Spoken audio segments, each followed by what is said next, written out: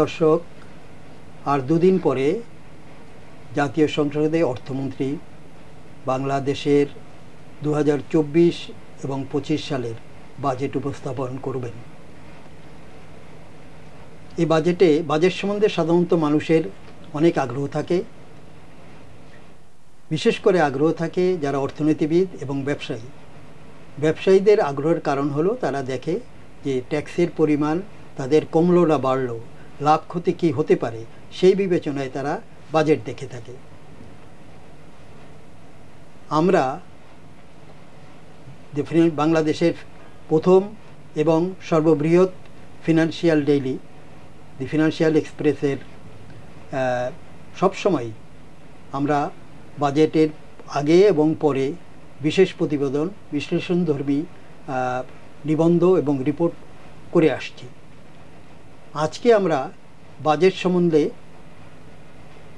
আলোচনা করব এবং এই আলোচনায় আমাদের সঙ্গে আছেন ডক্টর জাইদি সত্তার, দেশের উনি প্রথিতযশা অর্থনীতিবিদ এবং পলিসি রিসার্চ ইনস্টিটিউট অফ বাংলাদেশের প্রধান নির্বাহী এবং চেয়ারম্যান জনাব সত্তার। আজকে আমরা আলোচনা করব প্রথমে অর্থনীতির উপরে এবং পরে বিশেষ করে বাজেটের উপরে। আমি প্রথমেই স্বাগত জানাচ্ছি। ধন্যবাদ। আপনার প্রথমে জানাচ্ছি ফিনান্সিয়াল এক্সপ্রেসকে আমার আন্তরিক শুভেচ্ছা। আপনারা বাংলাদেশের এক অত্যন্ত সুনামি একটা অর্থ ডেইলি, ফিনান্সিয়াল ডেইলি, এটাকে এত বছর ধরে মেনটেন করা সহজ না। আপনারা ওই চ্যালেঞ্জটা মোকাবেলা করেছেন, এই জন্য আপনাদেরকে অভিনন্দন জানাতে হচ্ছে। ধন্যবাদ আপনাকে। আচ্ছা, প্রথমে আমরা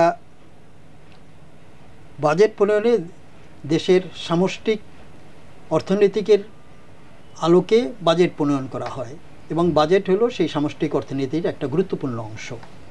যেহেতু অর্থনীতির বিষয়টা এখানে জড়িত, সেই জন্য আমি আপনার কাছে আগে জানতে চাব বাংলাদেশের বর্তমান অর্থনৈতিক পরিস্থিতিটা আপনি কিভাবে মূল্যায়ন করেন?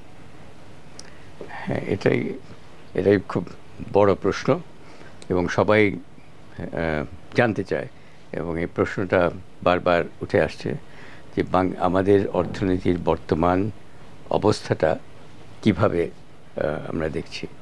তো সেখানে আমি প্রথমে বলতে হয় যে হ্যাঁ, বাংলাদেশের অর্থনীতি কতগুলো চ্যালেঞ্জের মধ্যে আছে, কিন্তু বিশেষ করে এই গত 2 বছর কিন্তু এই চ্যালেঞ্জ মোকাবেলা করা হচ্ছে, তাতে কিন্তু অর্থনীতি কিন্তু ভেঙে যায়নি। বুঝতে পারছেন? অর্থনীতি আমরা ইংরেজিতে বলি যে it bent but did not break. তো বাংলাদেশের অর্থনীতির সেই অবস্থা, এখন আমরা এই চ্যালেঞ্জগুলো মোকাবেলা করে উঠছি। প্রথম দিকে বেশ কিছু যে আমাদের রিয়াকশন বা রেসপন্স হয়েছে, সেখানে কিছু ভুল ত্রুটি ছিল, এটা স্বীকার করতেই হয়। কিন্তু ইদানিং আপনার ধরেন গত 3 থেকে 6 মাসের মধ্যে আমরা দেখছি যেসব স্ট্র্যাটেজি নেওয়ার প্রয়োজন ছিল, এক তো হচ্ছে মূল্যস্ফীতিটাকে দমন করার ব্যবস্থা করা, অন্যদিকে হচ্ছে আপনার আমাদের বৈদেশিক রিজার্ভকে স্ট্যাবিলাইজ করা, তার আরেক হচ্ছে আমাদের এক্সচেঞ্জ রেট, টাকা ডলারের যে রেটটা, সেটাকেও স্ট্যাবিলাইজ করা, ব্যালেন্স অফ পেমেন্টস, আমাদের যে বা এক্সটার্নাল যে আন্তর্জাতিক লেনদেন যে ভারসাম্য, ব্যালেন্স অফ পেমেন্টস, সেটাকেও স্ট্যাবিলাইজ করা। এই চ্যালেঞ্জগুলো সব একসাথে এসছে এবং এগুলো কিন্তু একটা অপারেশন সঙ্গে জড়িত। কিন্তু এটা এককভাবে কোনো একটা পলিসি নিলে ওটা এফেক্টিভ হবে না। তো এখানে এই যে কোঅর্ডিনেশনের প্রয়োজন, একদিকে হচ্ছে মুদ্রানীতি, অন্যদিকে হচ্ছে মানে আর্থিক নীতি যেটা ফিসক্যাল পলিসি বলে, অন্যদিকে বাণিজ্য নীতি এবং বিনিময় হারের যে একটা নীতি রয়েছে সেটা, এগুলি সব মিলিয়ে কিন্তু কোঅর্ডিনেশনের প্রয়োজন আছে এবং একটা একটা স্ট্র্যাটেজির দরকার আছে, যাতে যে স্ট্র্যাটেজির মাধ্যমে বাংলাদেশের অর্থনীতি যেটা গত 20-25 বছর ধরে যেটা সামষ্টিক অর্থনীতির একটা স্থিতিশীলতা মেনটেন করা যাচ্ছিল, সেই অবস্থায় ফিরে নিয়ে আসতে হবে। কিছুটা চ্যালেঞ্জ দেখা দিচ্ছে গত 2 বছর ধরে, সেটা এখন আমাদেরকে মোকাবেলা করে আবার সেই স্থিতিশীলতা ফিরে এনে আমাদের ওই যে প্রবৃদ্ধির দিকে মানে গ্রোথের দিকে আবার আমাদের রিজিউম করতে হবে। এবং এই এই যে প্রবৃদ্ধি যে যে অর্থ এই আমাদের ইকোনমিতে যেটা এসেছিল গত 20-25 বছর ধরে, এই প্রবৃদ্ধিটার সাথে কিন্তু দারিদ্র্য বিমোচনও প্রচুর হয়েছে। 1990 সালে যেখানে 60% লোক দারিদ্র্য সীমার নিচে ছিল, এখন 2022 সালের যে এখন ডেটা পাচ্ছি তাতে দেখা যাচ্ছে 18.7% আছে সেখানে। তো এই যে দারিদ্র্য কমে যাওয়াটা, এটা কিন্তু বিশ্বব্যাংকও বাংলাদেশকে বলেছে দিস ইজ এর মানে বাংলাদেশে বলছে 25 বছরে 25 মিলিয়ন লোক দারিদ্র্য সীমানার উপরে উঠে এসছে। সো এটা একটা অ্যাসপায়ারিং মানে স্টোরি, বিশ্বব্যাংকও এটা স্বীকার করেছে। সো বাংলাদেশ অর্থনীতির মানে গত 20-25 বছর ধরে যে অর্জনগুলো, সেগুলো এত সহজে ভেঙে যায় না। খুঁটি, অর্থনীতির খুঁটি কিন্তু শক্ত আছে। খুঁটি কি, আমাদের যে গার্মেন্ট সেক্টর আছে এটা প্রিটি স্ট্রং এবং এর ভবিষ্যৎ আরও আছে। আমাদের গার্মেন্ট রপ্তানির বাজার প্রচুর আছে এবং এটা থাকবে। তারপরে আমাদের যে রেমিটেন্স, প্রবাসী বাংলাদেশিরা যে বিদেশে শ্রম দিয়ে যে অর্জনটা করে এবং দেশে পাঠায়, এটা কিন্তু আমাদের জন্য এটা একরকম রপ্তানিও বলা যায়, যেটাকে আমরা অর্থনীতি বলি এক্সপোর্ট অফ ফ্যাক্টর সার্ভিসেস, মানে সেবার এটা একটা একরকম মানে রপ্তানি, সেবা রপ্তানি বলতে পারেন। আর খুঁটি হচ্ছে আমাদের কৃষি বিভাগটা, কৃষিটা আমাদের কিন্তু আমাদেরকে এখন খাদ্য নির্ভরতা মানে আমাদের মানে সিকিউরিটি, ফুড সিকিউরিটি কিন্তু এনে দিয়েছে এবং আমাদের কৃষির যে উৎপাদন ক্ষমতা অনেক বেড়ে গেছে। এই 50 বছরে তো কোথায় 10 মিলিয়ন টন আমরা 70 দশকে উৎপাদন করতাম, সেখানে 40 মিলিয়ন টনের বেশি এখন খাদ্য উৎপাদন করি। সো এগুলো আমাদেরকে অনেক দিয়েছে, মানে ফাউন্ডেশন দিয়েছে। এবং আমাদের মানে যে ডেমোগ্রাফিক যে ডিভিডেন্ড এখনও কিন্তু আছে, আমাদের 35 বছরের নিচে আমাদের জনসংখ্যা, এটা একটা বিরাট আমাদের রিসোর্স, আমাদের অ্যাসেট বলা যায়। সামনে অর্থনীতিকে এগিয়ে নিয়ে যাবে এই কয়েকটা যে খুঁটির কথা বললাম। এই যে আপনি যে বললেন অর্থনৈতিক প্রবৃদ্ধি এবং তার সঙ্গে যে দারিদ্র্য কমে যাওয়া, এগুলো সব পজিটিভ দিক, কিন্তু কিছু অসঙ্গতিও যেমন আছে। যেমন আমাদের গ্রোথের সঙ্গে এমপ্লয়মেন্ট জেনারেশন যেটা হওয়ার কথা, এবং গ্রোথে ইনইকুয়ালিটি যে আমাদের ওয়াইডেনিং, এই ব্যাপারে আপনার বক্তব্য? হ্যাঁ, এটা একটা খুব মূল্যবান প্রশ্ন। এটা ইতিহাস কি বলে এবং অন্যান্য দেশের যে গবেষণার রেজাল্টটা কি, এখানে অর্থনীতিতে একটা আছে, ওই এটাকে বলে সাইমন কুজনেটস হাইপোথেসিস একটা আছে, যে কোনো অর্থনীতি বা কোনো দেশ যখন খুব র্যাপিড উন্নয়ন করা আরম্ভ করে তখন ইনইকুয়ালিটিটা বেড়ে যায়। এইটা দেখা গেছে অন্যান্য জায়গায়, বাংলাদেশে এটা একেবারে পরিষ্কার দেখা গেছে যে যখন বাংলাদেশ অর্থনীতি হঠাৎ খুব হাই গ্রোথ স্টেজ চলে গেছে তখন ইনইকুয়ালিটিটা বেড়েছে। কিন্তু এর অর্থ এই নয় যে ইনইকুয়ালিটি গ্রোথের সাথে বাড়তেই হবে।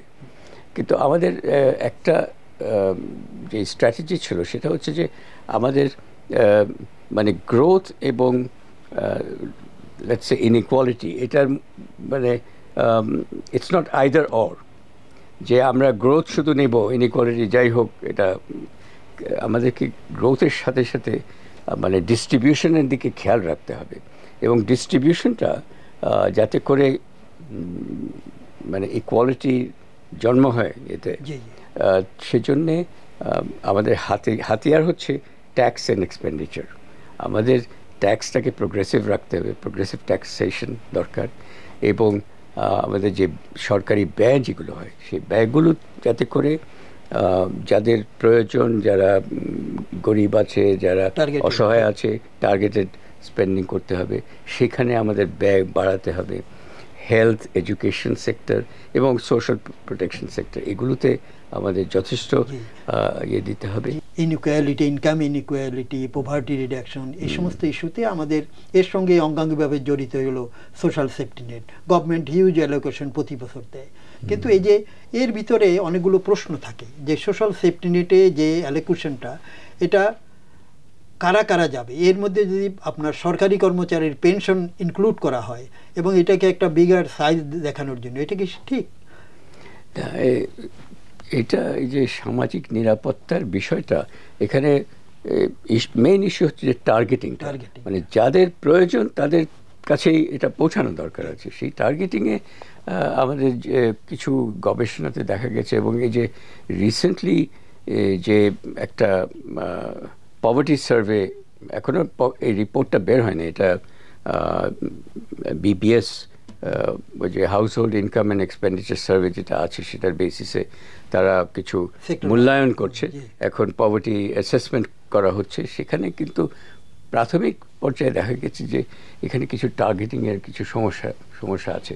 এগুলি আগেও ছিল, এখনও আছে। তার মানে আপনি সামাজিক নিরাপত্তার জন্য বেশি অ্যালোকেশন কিন্তু করছেন, কিন্তু সেই অ্যালোকেশনগুলো ঠিক জায়গায় যদি না পৌঁছায়, তাহলে কিন্তু এই ইনইকুয়ালিটি থেকে যাচ্ছে, বাড়ছে। হ্যাঁ, সো এখানে আমার মনে হয় যে টার্গেটিংয়ে অবজেক্টিভলি এই জিনিসটাকে ভালোভাবে দেখা এবং এটার সমাধান বের করা প্রয়োজন হবে আগামীতে। জি, আমরা বর্তমানে তো একটু বৈদেশিক রিজার্ভ সংকটে আছি।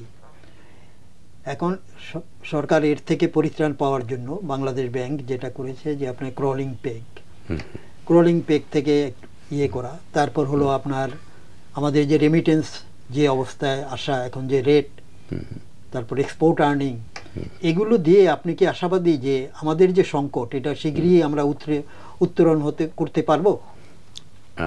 ভালো কথা। হ্যাঁ, মানে শীঘ্রই এটা একটু কিছু ডিগ্রির ব্যাপার আছে। এটা শীঘ্রই, এটা যখন আপনি জিজ্ঞেস করছেন এটা কি 3 মাসে হবে না 6 মাসে হবে না 1 বছর হবে, একটু সময় তো লাগবে। মানে কিছু পদক্ষেপ এখন নেওয়া হয়েছে।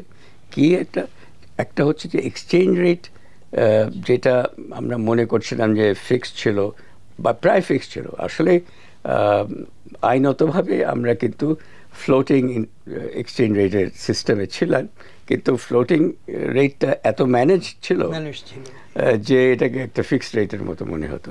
তো সেখান থেকে আমরা সরে এসেছি, আমাদের বিরাট একটা অবমূল্যায়ন ঘটেছে, এবং ইদানিং খুব মানে গত 2 সপ্তাহ আগে ফাইনালি সিদ্ধান্ত নেওয়া হলো যে না, আমরা এখন ফ্লেক্সিবল রেটে চলে যাচ্ছি, এবং যেই নিয়মটাকে মানা হয়েছে সেটার নাম দেওয়া হচ্ছে ক্রলিং পেগ। এখন এক্সচেঞ্জ রেট রেজিমে মানে 2 এক্সট্রিমে, এক এক্সট্রিম হচ্ছে ফিক্সড এক্সচেঞ্জ রেট, মানে যেটা এক্সচেঞ্জ রেট নির্ধারিত থাকে, এবং আরেক এক্সট্রিমে হচ্ছে freely floating exchange rate. So এই অবশ্য ফ্রিলি ফ্লোটিং এক্সচেঞ্জের মানে উন্নত দেশেও আপনি পাবেন না, সবখানে কিন্তু কিছুটা ম্যানেজড আছে। উন্নত দেশে ম্যানেজটা একটু কম, কিন্তু অন্যান্য দেশে দেখা যায় যে ম্যানেজটা খুব বেশি হয়ে যায়।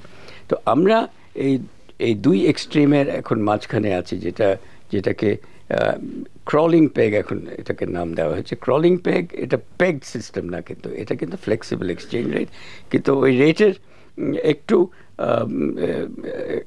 বাড়া বা একটু কমা এটা ডেইলি হতে পারে, ডেইলি একটা রেট দেখা যেতে পারে। কিন্তু সবচেয়ে বড় জিনিস হচ্ছে যে ফ্লেক্সিবল এক্সচেঞ্জ রেটের অ্যাডভান্টেজটা কী, এটা কেন করা হলো। এটার সাথে রিজার্ভের, ফরেন এক্সচেঞ্জ রিজার্ভের অবস্থানটা জড়িত। কারণ আপনি যদি রিজার্ভকে মেনটেন করতে চান, তাহলে আপনি যদি ফিক্সড এক্সচেঞ্জ রেট রাখেন, এটা পারবেন না। এটা পারবেন যদি আপনার কাছে অনেক রিজার্ভ থাকে। মানে আমাদের যেখানে এখন 18.7 বিলিয়ন ডলার, সেখানে যদি 50 বিলিয়ন ডলার থাকতো আর ফিক্সড এক্সচেঞ্জ রেট রাখতে কোনো ব্যাপার ছিল না। কারণ ওরকম ফিক্সড এক্সচেঞ্জ রেট রাখতে হলে আপনার অনেক রিজার্ভ লাগে, আপনাকে রিজার্ভ বিক্রি করতে, মানে ডলার বিক্রি করতে হবে বাজারে, সে ডলার থাকলে তো বিক্রি করবে। কিন্তু exchange rate flexible exchange rate হলে আপনার যদি এক্সেস ডিমান্ড হয় ফরেন এক্সচেঞ্জের, তখন মানে ডেপ্রিশিয়েট হয়ে যাবে, মানে ডলারের দাম বেড়ে যাবে। ডলারের দাম বেড়ে গেলে ইম্পোর্ট ডিমান্ডটা একটু কমে যাবে। অন্যদিকে যদি এক্সেস সাপ্লাই হয়, মানে আপনার এক্সপোর্ট পারফরমেন্স যদি খুব ভালো হয়, তখন আপনার বেশি ফরেন এক্সচেঞ্জ অ্যাভেলেবল থাকবে, তখন আপনার একটু অ্যাপ্রিসিয়েটও করতে পারে। তার মানে এই ফ্লেক্সিবিলিটির মাধ্যমে আপনার রিজার্ভ লেভেলটা স্ট্যাবিলাইজ করার আশা থাকে। কিন্তু আমাদের তো শুধু স্ট্যাবিলাইজ করলে হবে না, আমাদের তো রিজার্ভ লেভেল আমাদের ছিল অনেক বেশি। মানে আমরা হিসাব করি ওই কত মাসের ইম্পোর্ট কাভার, এই রিজার্ভ দিয়ে আমরা কত মাসের ইম্পোর্ট ক্রয় করতে পারি। সো সেখানে বর্তমানে যেটা 3 মাসের মতো রিজার্ভ ইম্পোর্ট কাভার আছে। এর সঙ্গে যদি আমি একটু ওই যে আপনার যে ডেট সার্ভিস পেমেন্টও তো করতে হবে, এই দুটো যোগ করে কি আমরা একটু আনকমফোর্টেবল এর মধ্যে পড়ে যাব কিনা? আমরা আমাদের যে ডেট সার্ভিসিং, বিশেষ করে এক্সটার্নাল ডেট, বৈদেশিক ডেট, আমাদের বৈদেশিক ডেটের আমাদের অবস্থান কিন্তু খুবই ভালো। এটা প্রত্যেক বছর বিশ্বব্যাংক, IMF, যেহেতু ওরা আমাদেরকে সবচেয়ে বড় মানে লোন দান করে, তারা কিন্তু প্রত্যেক বছর একটা ডেট সাস্টেইনেবিলিটি অ্যানালিসিস করে। তারা হিসাব করে দেখে যে আমাদের ডেট লায়াবিলিটি ঠিক আছে কিনা এবং আমাদের ডেট রিপেমেন্টের ক্ষমতা ভালো আছে কিনা। এবং তারা রিসেন্ট যেটা লেটেস্ট যেটা তাদের ডেট সাস্টেনেবিলিটি অ্যানালিসিস, তাতে তারা বলছে বাংলাদেশের ডেট ক্যারিং ক্যাপাসিটি ইজ মানে এটাকে মডারেট বলেছে, মিডিয়াম বলেছে। এবং ওই যে ডেট সার্ভিসিং যে লেভেলটা, ডেট সার্ভিসিং লেভেল আমরা আমাদের ফরেন এক্সচেঞ্জ আর্নিং যেটা আছে, ধরেন আমরা এক্সপোর্ট থেকে এই বছরে $58 বিলিয়ন আমরা পাবো, রেমিটেন্স থেকে $23 বিলিয়ন পাবো, এই দুটো মিলে $81 বিলিয়ন। আর আমরা ডেট সার্ভিসিং যেটা মানে প্রতি বছরে যে প্রিন্সিপাল আর ইন্টারেস্ট পেমেন্ট করে এক্সটার্নাল ডেটে, সেটা এখন 3.5 থেকে 4 বিলিয়ন ডলারে গেছে। তার মানে as a percentage of foreign exchange earning এটা 5%-এরও কম, 4% হবে। আর থ্রেশহোল্ড যেটা IMF এরা ঠিক করে, IMF, ওয়ার্ল্ড ব্যাংক, যে কত পর্যন্ত যাওয়া যায় ডেট সার্ভিসিং, তার 25%। আমরা মাত্র 4.5% আছে। সুতরাং আমাদের ডেট সার্ভিসিং ক্যাপাসিটি খুবই ভালো। আমাদের total outstanding stock of external debt, public debt হচ্ছে $80 বিলিয়ন। $80 বিলিয়ন হচ্ছে কত 17% জিডিপি। সেখানেও মানে থ্রেশহোল্ড 40-50%-এর ওখানে আছে। সো আমরা থ্রেশহোল্ড থেকে অনেক নিচে আছি। সেই জন্যে আমাদের ডেট রিপেমেন্টের ক্ষমতা মানে খুব খারাপ না, খুবই ভালো। এবং বারবার তারা প্রত্যেক বছর তো অ্যাসেসমেন্ট করে আসছে এবং বলছে বাংলাদেশের debt servicing capacity, debt carrying capacity is medium. এবং এই যে খুব রিসেন্টলি মুডিজ ওরা তো অ্যাসেসমেন্ট করে, ফিচ রেটিং, হ্যাঁ, এক বছরে ওরা রেটিং কমিয়ে দিতে পারে, কিন্তু ওরা যখন এই যে ডেট অ্যানালিসিস করেছে, তারা বলছে যে দিস ইজ মানে ইন দি কমফোর্টেবল রেঞ্জ, কিন্তু ওরা বলে যে এখানে ডেট ডিস্ট্রেস আছে। ইনফ্যাক্ট বিশ্বব্যাংক, IMF-এর অ্যাসেসমেন্টে ডেট ডিস্ট্রেস তারা একটা করে, এবং বাংলাদেশ বলছে low risk of debt distress. সুতরাং ওই ডেটের ক্ষেত্রে আপনার হয়তো একটা প্রশ্ন আসবে যে ভাই এটা তো পাবলিক ডেটের কথা বললেন, প্রাইভেট ডেটের কি ব্যাপার? প্রাইভেট এক্সটার্নাল ডেটও কিন্তু আমাদের ইদানিং সভরেন গ্যারান্টি নেয়, এইটা হ্যাঁ এটা এটা পাবলিক লায়াবিলিটি না, এটা সভরেন গ্যারান্টি নয়, কিন্তু এটার এফেক্ট ব্যালেন্স অফ পেমেন্টস এটার এফেক্ট হবে। তো কিন্তু এটা প্রাইভেট সেক্টরের লায়াবিলিটি, ওদেরকে এই মনিটরিয়াম খুঁজতে হবে, তাদেরকে অ্যাডজাস্টমেন্ট করতে হবে, কিন্তু কারণ তারা তো ওই যে যেটাকে বলে ফরেন এক্সচেঞ্জ রিস্ক, এইটা ওদেরকে নিতে হয়েছে, ওটা ওই রিস্কটা ওদের নিতে হয় যখন এক্সটার্নাল লোন নেয় ওরা।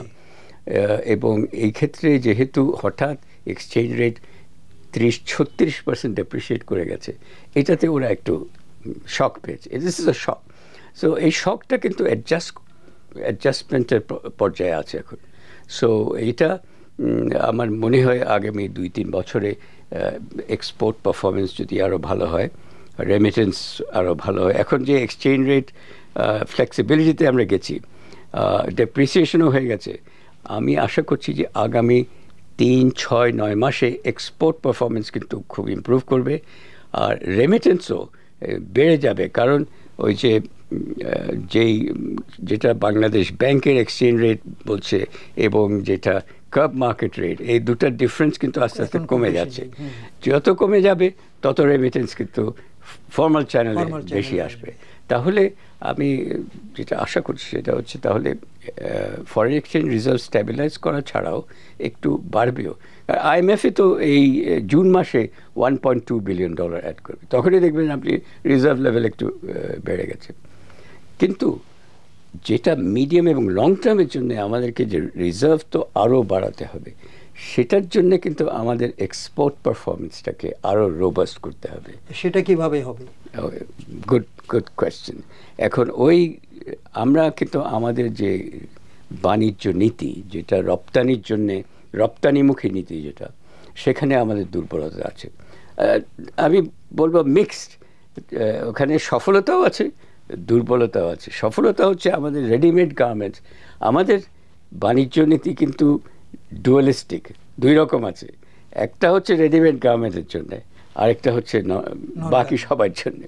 রেডিমেড গার্মেন্টের জন্য আমাদের যে বাণিজ্য নীতি আছে, এই যে বন্ডেড সিস্টেমে ডিউটি ফ্রি ইম্পোর্ট করা, ব্যাক টু ব্যাক এলসিতে করা, এগুলি সব একদম পজিটিভ, এটা আমাদেরকে যথেষ্ট রপ্তানিতে সাকসেস দিয়েছে। কিন্তু এই one group of products, readymade garment, কিন্তু বাকি ক্ষেত্রে এই যে অন্য যে আমাদের বাণিজ্য নীতি আছে অন্য প্রোডাক্টের জন্য, সেখানে আমাদের দুর্বলতা আছে, সেখানে কোনো সাকসেস আমি দেখতে পারছি না। কারণ আমাদের যে রপ্তানি বৈচিত্র্যকরণ, এক্সপোর্ট ডাইভার্সিফিকেশনে কোনো প্রোগ্রেস হচ্ছে না, বরঞ্চ রিগ্রেস হচ্ছে। আপনি 2000 সালে যেখানে গার্মেন্ট এক্সপোর্ট ছিল 60% আমাদের ওভারঅল এক্সপোর্ট বাস্কেটের, আজকে সেটা হয়েছে 84%। তাহলে এই যে 16% যে নন গার্মেন্ট এক্সপোর্টস আছে, এটা কিন্তু আরও কমছে, শেয়ার আরও কমছে।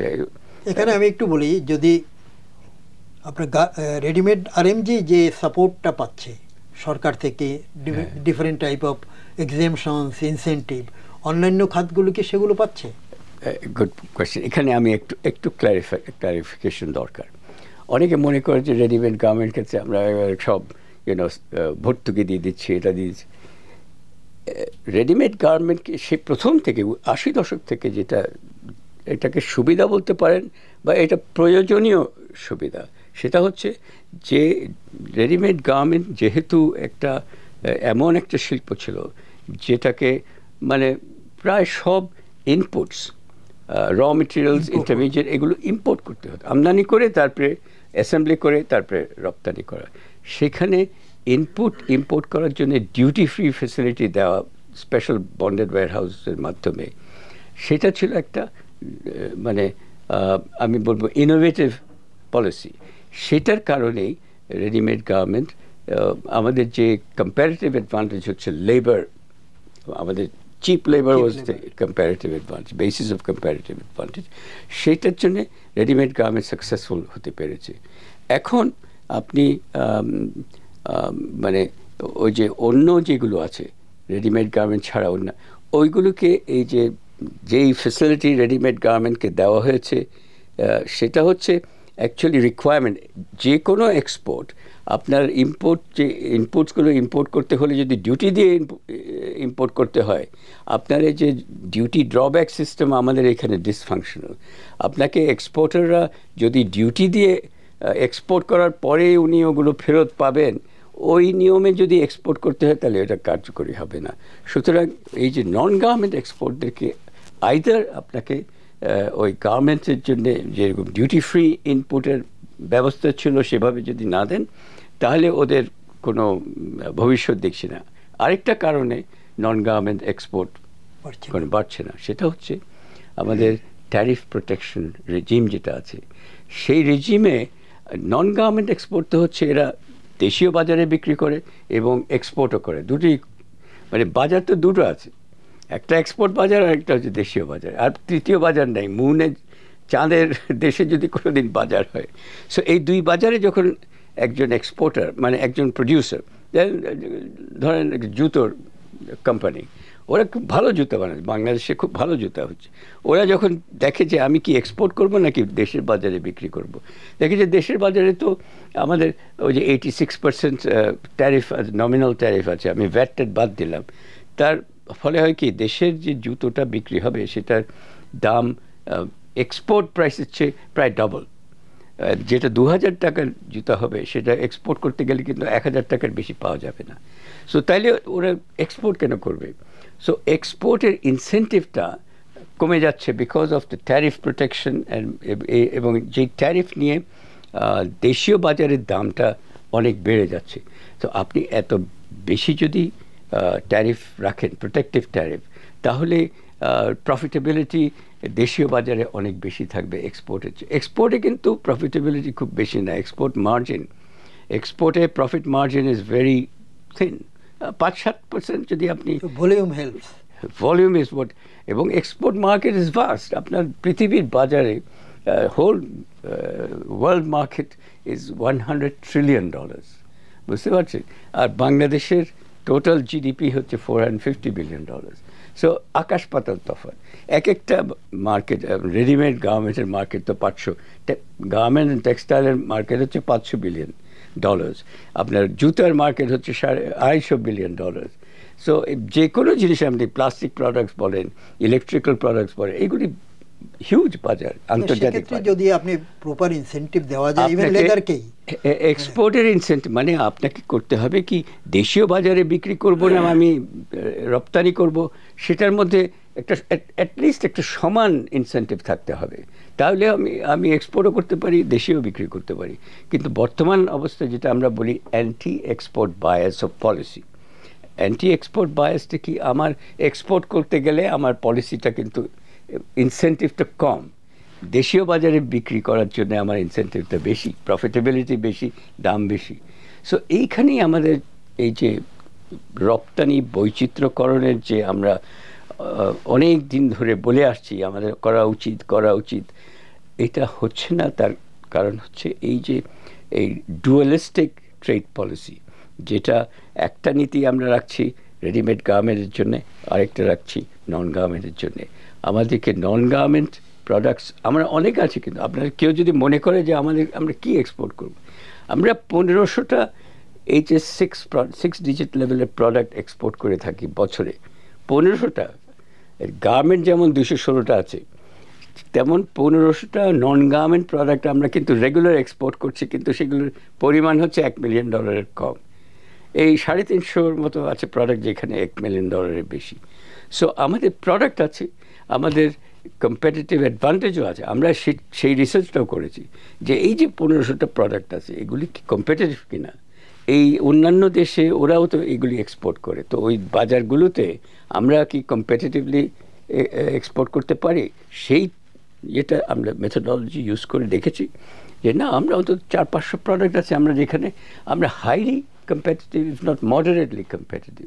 তাহলে কম্পিটিটিভনেস তো ইস্যু না, তো ইস্যু হয়ে গেছে ওই যে ইনসেন্টিভ, মিসঅ্যালাইন্ড ইনসেন্টিভ, যেখানে এক্সপোর্ট করতে গেলে দেখা যায় যে প্রফিটেবিলিটি তো অনেক কম, তাহলে ওরা এক্সপোর্ট করবে কেন? যে প্রডিউসার জুতো এক্সপোর্ট করবে সে দেখবে যে আচ্ছা আমি এক্সপোর্ট করে কি দাম পাবো, আমার প্রফিট।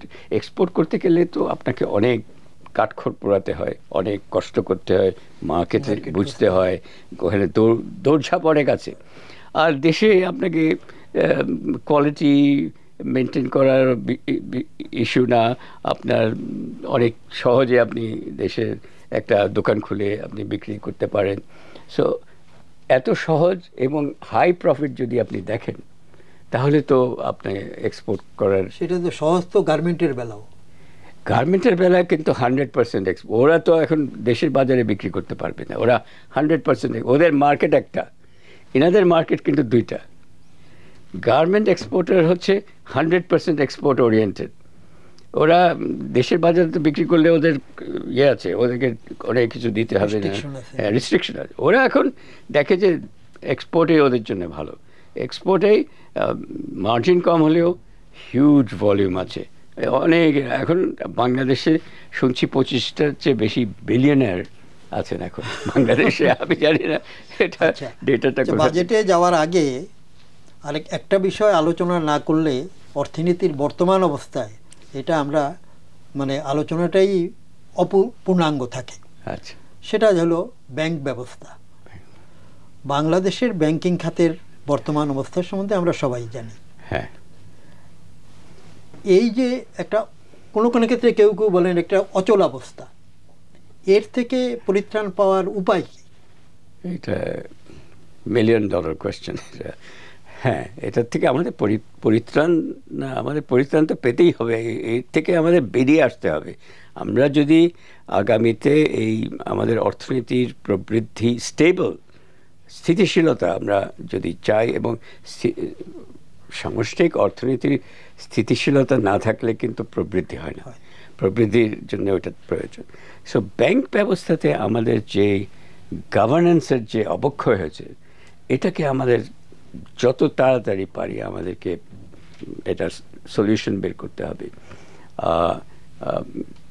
সেখানে এখন যেই পন্থাগুলো বের হচ্ছে, মানে যেসব ভঙ্গুর ব্যাংক যেগুলোর ক্যাপিটাল শর্টফল আছে, তারপরে non performing loans, huge non performing loans হয়ে গেছে, এইগুলোতে ইভেনচুয়ালি তো এগুলি মার্জার করে, মানে তাও আবার মার্জার ইউ ক্যানট, মানে ফোর্স মার্জার তো আর হয় না, এটা যেটা ফোর্স মার্জার হচ্ছে ওইটাতে তো এটা সলভ হবে না। কিন্তু যে ব্যাংক নেবে তার তো বিরাট লায়াবিলিটি হয়ে যাবে, ওরা কেউ নেবে ইচ্ছাকৃতভাবে। সো এই সমস্যাটা আছে। কিন্তু আপনার প্রশ্নের উত্তর হচ্ছে যে এইটার সমাধান আমাদেরকে কিছু হার্ড রিফর্মস, টাফ অ্যাকশন। কারণ ব্যাংকগুলোর সুপারভিশনটা মানে ভালো করতে হবে, এবং পদ্ধতি ব্যাসেল 3 আছে, আমাদের নিয়ম কানুন দেওয়া আছে, যে নিয়ম ফলো করে ব্যাংকগুলো ভালো করতে পারে। এবং আমাদের কিন্তু প্রয়োজন, কারণ ব্যাংকিং সেক্টরে আমাদের কিন্তু যত বিনিয়োগ আছে, বিনিয়োগের 90% কিন্তু ব্যাংকিং সেক্টর দিচ্ছে এখনও। এই আপনি যত সমস্যার কথা বলছেন, এই সমস্যা নিয়েও এই ব্যাংকিং সিস্টেম কিন্তু আমাদের এই যে বিনিয়োগের 90% ওখান থেকেই আসছে। আমাদের ক্যাপিটাল মার্কেট তো এই জিনিসটা, পুঁজিটা দিতে পারছে না। সো ব্যাংকগুলোকে আমাদের স্থিতিশীল করতে হবে। এই ব্যাংক ব্যবস্থা গভর্নেন্সটা, এটা আমাদের, এবং এটা অসম্ভব কিছু না, আমরা অলরেডি করেছি। 1990s ফিনান্সিয়াল সেক্টর রিফর্ম হয়েছিল, এবং ভালো ভালো সুপারভিশনের নিয়ম এসছিল, এবং ভালোই চলছিল ব্যাংক ব্যবস্থা। মাঝখান দিয়ে আবার এই যে বিভিন্ন কতগুলো তো রাজনৈতিক সিদ্ধান্ত হয়েছে, ব্যাংক অনেকগুলো লাইসেন্স দিয়ে দেওয়া হয়েছে, এখন অনেকগুলো তো মানে চলতে পারছে না। হ্যাঁ, আর এই যে আপনার নন পারফর্মিং লোনস যেগুলো বলছেন, এগুলো তো মানে এখানে অর্থনৈতিক কারণের চেয়ে বেশি, মানে অর্থনৈতিক মানে বিজনেস কারণে অনেক নন পারফর্মিং লোনস থাকে, সেটা তো সবখানেই আছে। মানে বিজনেস ফেলিয়ার্স থাকে, বিজনেস রিস্ক থাকে, কিন্তু যদি মানে স্বেচ্ছায়, মানে ইচ্ছাকৃতভাবে যদি কিছু এজেন্ট যারা মানে লোন নিয়ে তারপরে ফেরত দেওয়া না, এটা ক্রোনিজমের একটা এগুলো, হ্যাঁ, এগুলো রাইট রাইট। সো এখানে ওই যে পলিটিক্যাল ইন্টারভেনশনে যদি ব্যাংকিং সিস্টেমে বেশি হয়ে যায়, তাহলে ওই ব্যাংকিং সিস্টেম তো banking system, financial sector is the heart of the economy. এটা আমাদেরকে দেখতে হবে। If the heart of economy is not healthy and functioning well, তাহলে ইকোনমি তো দুর্বলতার দেখা দেবে। সো আমরা ওই স্টেজে যাইনি এখন, economy is still strong, so we have to fix this banking system misgovernance. What about আপনার যে capital market? Sad to say, capital মার্কেটটা তো এখনও মানে ঠিক উঠলো না। মাঝখানে বেশ ভালোই উঠে গেছিলো, জেগে গেছিলো ক্যাপিটাল মার্কেট, এবং ক্যাপিটাল মার্কেট জেগে গেলেই দেখবেন যে নতুন নতুন আইপিও আসবে, ওখানে অনেক ইনভেস্টররা ওখানে ভিড় করবে। ভিড় করলেই আপনার মানে ইনভেস্টমেন্টের একটা অপশন বেরোচ্ছে, পাবলিক পার্টিসিপেশন হয়। তো আমাদের ক্যাপিটাল মার্কেটে এখন পর্যন্ত আমি সেই হেলথি অবস্থা দেখতে পাচ্ছি না, এবং partly because of too much intervention আমার মনে হয়, টু মাচ ইন্টারভেনশন। কিন্তু এই আপনার ইকুইটি মার্কেটের ম্যানেজমেন্টে যারা আছে, they should be totally independent, very competent and independent. এই দুটো কোয়ালিটি ওনাদের দরকার হচ্ছে for managing capital market. So এখানে আমাদের আপনি বলেন সিকিউরিটিজ রেগুলেটরি যারা আছেন, এই রেগুলেটরি ব্যবস্থায়, they have to be very competent and they have to be absolutely independent with strong integrity. জি, এবার আমরা বাজেটের দিকে আসি। বাজেটে এবার যে যতটুকু আমরা হিসাব পেয়েছি, আগামী অর্থ বছরের চেয়ে প্রায় 70,000 কোটি টাকা, বা এরকম কলেবরটা বড় হবে, 60-70,000 টাকা। বর্তমান যে আপনার রিসোর্স মোবিলাইজেশনের যে অবস্থা, তাতে কি এটা আপনি সঠিক হবে কিনা এরকম ইয়ে করা? আপনি হয়তো ইন রিয়েল টার্মস, যদি ডলার টার্মসে ধরেন, ওইটা কিছুই না বাড়তি, কিন্তু টাকা টার্মসে হ্যাঁ হ্যাঁ, এটা ঠিক। বাট আমার মনে হচ্ছে, যতটুকু আমি শুনতে পেরেছি, বুঝতে পেরেছি, যে এই বাজেটটা, এটা আমাদের যে মুদ্রা নীতি, যেটা সংকুচিত মুদ্রা নীতি যেটা আছে, সেটার সাপোর্ট করবে। কিন্তু তার অর্থ এই নয় যে আমাদের একটা কন্ট্রাকশনারি বাজেট হবে। বাজেট ডেফিসিট যখনই থাকে, বাজেট ঘাটতি যখনই থাকে, তখনই মনে করতে হবে যে বাজেটটা এক্সপ্যানশনারি। এটা মডারেট, এইবার যেটা দেখা যাবে সেটা হচ্ছে মডারেটলি এক্সপ্যানশনারি। কারণ এক্সপেন্ডিচার সাইডে আমার মনে হচ্ছে যেটুকু দ্য টার্গেট আমি শুনেছিলাম, যে রাফলি 4-5% গ্রোথ দেখাবে। আগে যেখানে 15%, 20% গ্রোথ দেখাতো, যেখানে 17% অফ জিডিপি এক্সপেন্ডিচার বাজেটটা থাকতো, সেখানে বোধহয় এবার 15% তো না, আমার মনে হয় 13-14%-এর মধ্যে রাখবে। এবং এটা প্রয়োজন, কারণ এদিকে রেভিনিউ মোবিলাইজেশন তো হঠাৎ আপনার 1%, 2% জিডিপি বাড়াতে পারবেন, যেই আমাদের অবস্থা চলছে, মানে কোনো রিফর্ম ছাড়া। যদি এবার কিছু মৌলিক সংস্কার যদি করা যায় রেভিনিউ মোবিলাইজেশনের ক্ষেত্রে, এবং কতগুলি ক্ষেত্রে অনেকটা আলোচনা হয়েছে, বলা হয়েছে, অনেকগুলো যে এক্সেমশন আছে, অনেক এক্সেমশনগুলো কিন্তু বাদ দেওয়া যায়। এগুলি সব কিছু করলে কিন্তু এক বছরে মিনিমাম 0.5% অফ জিডিপি কিন্তু রেভিনিউ বাড়াতে পারে। সুতরাং এখন ইস্যু হচ্ছে যে বাজেট ডেফিসিটটা কত রাখা হবে। এখন একটা হিসাব দেখলাম, ওটা হচ্ছে 2,70,000 কোটি টাকা, মানে রাফলি ওটা আসে আমার হিসাবে 4.5%। এর বড় একটা পোর্শন আসবে হলো ফরেন এইড ফান্ড ফ্লো থেকে। আমি সেটা হিসাব করে দেখেছি যে ওই সবসময় আমাদের বাজেট ডেফিসিট যে হিসাব হয়, তার রাফলি 40% কিন্তু ওই ফরেন মাল্টিল্যাটারাল অ্যাসিস্ট্যান্স দিয়ে ফিনান্স হয়, বাকি 60% হচ্ছে ডোমেস্টিক ফাইন্যান্স। সো এইবারেরও হিসাব আমি তাই দেখছি, 2,70,000-এর মধ্যে 1 লক্ষ যদি আপনি দেখেন, ওইটা রাফলি 40%। ডেফিসিটের, এবং বাকি 60% হচ্ছে ডোমেস্টিক ফাইন্যান্সিং। ডোমেস্টিক ফাইন্যান্সিংয়ের দুই রকম আছে, একটা হচ্ছে ব্যাংক আর একটা নন ব্যাংক। আর ব্যাংকের মধ্যে আবার দুই ভাগ আছে, একটা যদি বাংলাদেশ ব্যাংক থেকে সরকার ওইটা হাই পাওয়ার্ড মানি যদি বেশি বের করে ফেলে তাইলে ওটা ইনফ্লেশনকে এফেক্ট করবে। সো ওই হিসাবে মানে ব্যাংক ফাইন্যান্সিং যতটুকু থাকবে সেগুলো বাংলাদেশ ব্যাংক থেকে মিনিমাম বরোয়িং করা দরকার হচ্ছে, আর ব্যাংক থেকে নিতে পারে। এখন তো একটা নতুন যেটা ওই যে আপনার ট্রেজারি বিল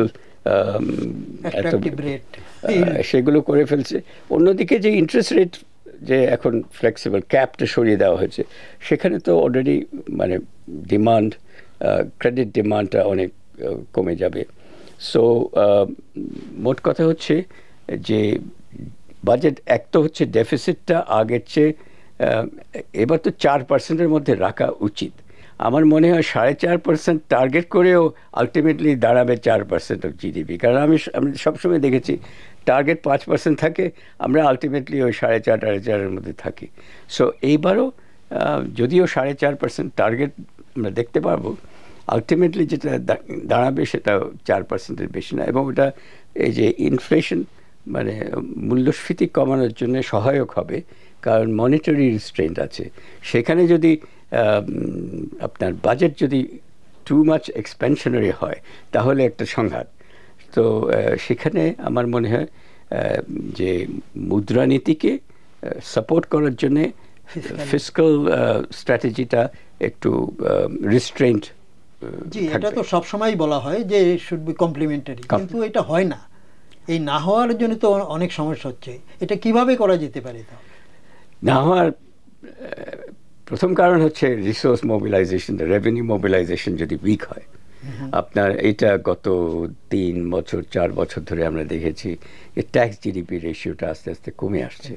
কোথায় বাড়াবার কথা, কারণ আপনি একটা ইকোনমি যদি প্রবৃদ্ধি হয়, তারপরে জিডিপি পার ক্যাপিটা, আমাদের পার ক্যাপিটা ইনকাম যদি বাড়তে থাকে, তাহলে তো ট্যাক্স রেভিনিউ বাড়ার কথা।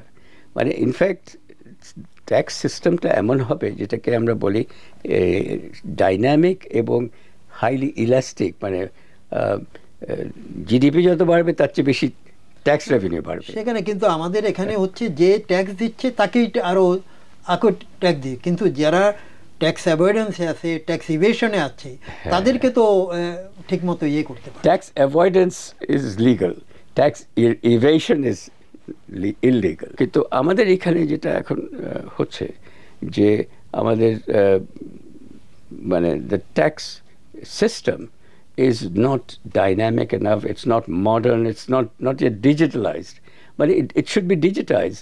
আমাদের এখন আন্তর্জাতিকভাবে ট্যাক্স সিস্টেম ইজ মানে সেলফ অ্যাসেসমেন্ট এবং ডিজিটাইজেশনটা সব জায়গায় মানে এক্সপ্যান্ড করে গেছে, উইথ দ্য রেজাল্ট যে আপনার ট্যাক্স পেয়ার এবং ট্যাক্স কালেক্টরের সাথে কোনো দেখা সাক্ষাৎ হয় না, কোনো contactless tax system, digitize tax system, self assessment মানে রিস্ক ম্যানেজমেন্ট, ওগুলো অ্যাপ্লাই করে নতুন মানে আধুনিক ট্যাক্স সিস্টেম আমাদের করাবার সময় হয়ে গেছে।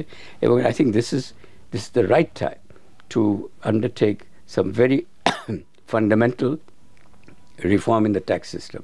কারণ এ না হলে আপনি যেটা বললেন যে যারা ট্যাক্স দিচ্ছে তাদের উপরে চাপ দিয়ে আরও ট্যাক্স বের করা, আপনাকে তো এটা করা উচিত না, 1 নম্বর। 2 নম্বর হচ্ছে আপনার ট্যাক্স রেট বাড়াবার কোনো স্কোপ নেই, আপনাকে ট্যাক্স বেসটা বাড়াতে হবে। এভরিবডি নোজ দ্যাট বাই নাও।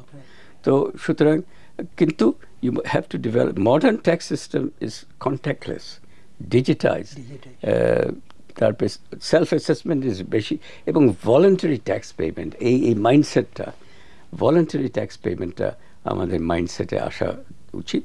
এবং আসলে যেখানে যেসব দেশে ট্যাক্স লোকজন দেয় এবং ট্যাক্স সিস্টেমটা ভালো, তারা মানে ট্যাক্স দিয়ে ফেললে মনে করে যে আমি তো নিশ্চিন্ত হলাম।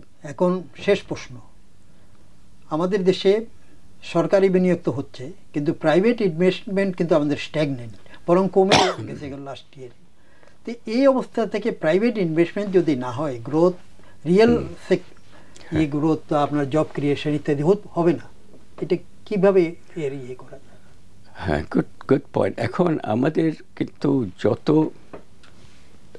যত খারাপ ইনভেস্টমেন্টের অবস্থা বলা হয়, 2-1 বছরে একটু সমস্যা হয়েছে। Overall investment as a percentage of GDP, যেটা 31% অফ জিডিপি, এটা কিন্তু অন্যান্য ডেভেলপিং কান্ট্রির সাথে যখন তুলনা করেন, এটা কিন্তু আমি বোথ পাবলিক অ্যান্ড প্রাইভেটের কথা বলছি, it is at a reasonable level. In fact top 10 developing কান্ট্রিজের মধ্যে Bangladesh as an investment GDP ratio হবে। কিন্তু আমাদের প্রাইভেট ইনভেস্টমেন্ট জিডিপি রেশিও গত 3 বছর 4 বছর ধরে দেখা গেল ভেরি স্ট্যাগনেন্ট। কিন্তু public GDP ratio, public investment GDP রেশিওটা একটু বাড়ছে, কারণ বড় বড় মেগা প্রজেক্টস ইনভেস্ট করা হয়েছে। কিন্তু গ্রোথ বাড়াতে হলে আমাদের এখনও ইনভেস্টমেন্ট ড্রিভেন গ্রোথ, আমাদের কনসামশন ড্রিভেন গ্রোথ আমরা এখনও আসেনি। সো ইনভেস্টমেন্ট ড্রিভেন গ্রোথের যে অবস্থায় আছে, আমাদের যে ধরেন 7%-8% যদি গ্রোথ প্রবৃদ্ধি চাই জিডিপি, আমাদেরকে 34%, 33-34% মিনিমাম ইনভেস্টমেন্ট জিডিপি রেশিও আনতে হবে। সেইখানে আমরা এখনও পিছিয়ে আছি। আপনাদের মানে ফরেন ইনভেস্টমেন্ট তো আমরা পাচ্ছি না। ইনভেস্টমেন্ট জিডিপি রেশিওটা ইনক্লুডস ফরেন ইনভেস্টমেন্ট। সো আমাদের foreign investment is barely 1% of GDP. এটার কোনো কারণ নেই। এটার বড় কারণ হচ্ছে আমাদের ট্রেড পলিসি, আমাদের যে ওপেন ট্রেড পলিসি আমাদের নাই, আমাদের ইটস ভেরি রেস্ট্রিকটিভ। আমরা যতই বলে আসি রেডিমেড গার্মেন্টের জন্য আমাদের একটা ওপেন ট্রেড পলিসি আছে, কিন্তু নন গার্মেন্ট সেক্টর, এই যে ডুয়াল যে পলিসি বললাম, আমাদের খুব রেস্ট্রিকটিভ ট্রেড পলিসি। সেই অবস্থায় কিন্তু ফরেন ইনভেস্টমেন্ট আসে না, বিশেষ করে ফরেন ডিরেক্ট ইনভেস্টমেন্ট, যেগুলো পোর্টফোলিও ইনভেস্টমেন্ট আসতে পারে, যেতে পারে, কিন্তু এফডিআই সেটাও আসে না। হ্যাঁ, সেটাও তো মানে ক্যাপিটাল মার্কেটের এই অবস্থাতে আসবে না। সো ওখানে আমাদের trade openness is absolutely essential. আপনি শুধু রোড শো করলে হবে না, আপনার বর্তমান trade regime is highly restrictive outside the garment sector. এবং সেই অবস্থায় আমরা ফ্রি ট্রেড এগ্রিমেন্ট এফটিএ করতে পারছি না। মেইন বাধা হচ্ছে আমাদের ট্যারিফ স্ট্রাকচার, আমাদের প্রোটেক্টিভ ট্রেড এবং রেস্ট্রিক্টেড ট্রেড। এবং আরেকটি বড় জিনিস যেটা আমরা মিস করে যাচ্ছি, সেটা হচ্ছে এই যে গ্লোবাল ভ্যালু চেইনের আমরা কোনো অ্যাডভান্টেজ দিতে পারছি না। ভ্যালু চেইন ইন্টিগ্রেশনটা এখন খুব বড় ট্রেডের, মানে ট্রেডের বড় সেগমেন্ট এখন, কিন্তু ট্রেড ইন ইন্টারমিডিয়েট গুডস, আমাদের ইন্টারমিডিয়েট গুডস ইন্ডাস্ট্রি প্র্যাকটিক্যালি নাই। আর আমরা এই যে ভ্যালু চেইন ইন্টিগ্রেশন একদম মিস আউট করে যাচ্ছি। সো ওইখানেও আমাদেরকে যদি আগামীতে ওইখানে আমাদেরকে যদি এন্ট্রি নিতে হয়, তাহলে আমাদের ট্রেডটা আরও ওপেন করতে হবে। You can't have value chain integration without trade openness. So এইগুলোতে আমাদের সামনে কতগুলো বড় বড় কাজ রয়েছে, এবং বিশেষ করে বাণিজ্য নীতির কতগুলো স্ট্র্যাটেজি আমাদেরকে চেঞ্জ করতে হবে। আমরা 90 দশকে এক ধাপ নিয়েছিলাম, আমার মনে হয় এখন it's the right time to দ্বিতীয় ধাপ আমাদের নেওয়া। এই বাণিজ্যিক মানে উদারীকরণের আরেকটা রাউন্ড এখন আমাদের করার সময় হয়ে গেছে। জি, ধন্যবাদ ডক্টর জাহিদ সত্তার, আজকে আপনি আমাদের সঙ্গে বাজেট আলোচনায় অংশ নেওয়ার জন্য। আপনি ভবিষ্যতে আবার দেখা হবে আশা করি। আপনাকে ধন্যবাদ। দর্শক, আমরা এতক্ষণ জাতীয় আগামী যে বাজেট হবে, জাতীয় বাজেট, তার উপরে আলোচনা করলাম, এবং আমাদের সঙ্গে আলোচনায় ছিলেন বিশিষ্ট অর্থনীতিবিদ ডক্টর জাহিদ সত্তার। বাজেট পরবর্তীতেও আমরা বাজেটের বিভিন্ন দিক নিয়ে বিচার বিশ্লেষণ করব, এবং সেখানে আমাদের দেশের অন্য কোনো অর্থনীতিবিদ আমাদের সঙ্গে থাকবেন। আপনাদেরকে ধন্যবাদ।